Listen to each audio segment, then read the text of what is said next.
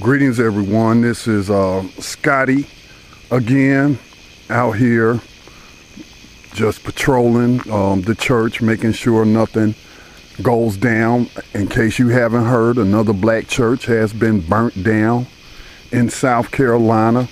Now, I live in North Carolina, but I was just told by somebody that the Klan here in North Carolina is planning rallies and whatnot. I know the Klan in South Carolina is also supposed to be holding a rally around their terrorist flag. And these terrorists are angry because people are pulling down their monuments and their terrorist flags. And so they acting out. They acting out in a cowardly way by coming in, sneaking around in the dark, burning down churches. And I think something like 7 churches have been burnt down in the South. And so last night I heard around 9 o'clock, I think it's in Williams County, South Carolina, a church burnt down to the ground. I mean, the roof and everything collapsed. And that's just ridiculous that we are not out here guarding these institutions. The church has always been the center of the black community,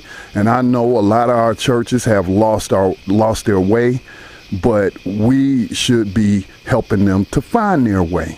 Okay, and so I'm not going to go hard on them, but I am going to go hard on the President of the United States, because while the President of the United States, Barack Obama, has been celebrating his Supreme Court victory, where the Affordable Care Act has now become law of the land, and then also gay marriage or marriage equality. And so, you know, they had the White House lit up in rainbow colors, and the media been talking to him, talking about, you know, was this your best week as president with those 2 victories? But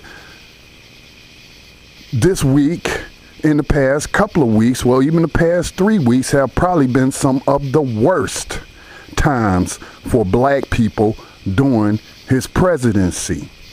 And so it is unacceptable that we are accepting the lack of response that we are getting from him. Now, I heard that the president is talking about some legislation to make the Klan turn over their membership or make their members public or whatnot. I mean, what is going on? Is that not crazy? The Klan is a terrorist organization, always has been. Now, they got the Patriot Act, they got the National Defense Authorization Act that gives them tools to fight terrorism. Why are they not fighting terrorism? Those people that are donating to the Klan should actually be charged under terrorism laws for providing material support to terrorism. The president, despite being called on to restore the staff to the right wing, what they call the right wing extremism tracking unit in Homeland Security, which they cut in 2010, which is now only staffed by 1 person. And so now we see the result of that. I hope you are proud of yourselves, people in Congress who was a part of that decision to eviscerate that white terrorism tracking unit. I hope you're proud of yourself, President Obama, because I hold you partly responsible. And we need a strong response from the U.S. government to combat this terrorism. We don't need no renditions of Amazing Grace and doing Negro preacher impressions up in the black church. We don't need that. What we need for you to do is to do your job and protect all Americans. I've yet to hear you refer to the string of attacks on the black church as an act of terrorism or acts of terrorism. The FBI director isn't calling these acts terrorism related. What the hell is a hate crime? Of course we know hate is behind it. These are acts of terrorism. When the Boston Marathon attack happened, y'all didn't call that a hate crime. Y'all called that an act of terrorism. See, I know the political games that y'all playing. And so your first response after those 9 people were gunned down by the vicious white terrorist Dylann Roof, who, by the way, the Klan is now publicly stating was on the right path. That should give you license right there to go in and round up these terrorists.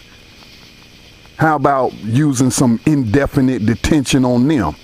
But of course, I know racism, white supremacy rules the United States government. And so therefore, you're only reserving those laws for non-white people or white people who have become Muslims. This is unacceptable. And what again is unacceptable is the fact that we ain't got no men apparently in our communities that's willing to work in shifts and do whatever to make sure that these churches do not keep getting burned down. I saw the Bloods and the Crips out there in Ferguson guarding some business property. I saw the Bloods and the Crips and the Nation of Islam in Baltimore talking about stopping people from rioting. Well, where's y'all response to all of this white terrorism that's going on? Are y'all coming together to protect the property of the black community from these terrorists? Where are all you street thugs at, so-called street thugs? Y'all say y'all about that thug life. We see now that many of you ain't about that life. So anyway, I'm going to keep patrolling my community as long as the terrorism threat remains in the red. And I hope that others will do the same. I'm just so sick and tired of hearing about these attacks on our community, and I'm not seeing a proper response. Like Robert F. Williams, our great ancestor, said, 50 years ago, that there is no protection for the Negro in the South under the 14th Amendment, that there is no deterrent for this white terrorism, so we must be the deterrent ourselves. So this is Scotty signing off. I'm going to make my final round and check around this church and make sure there are no terrorists lurking around. Peace.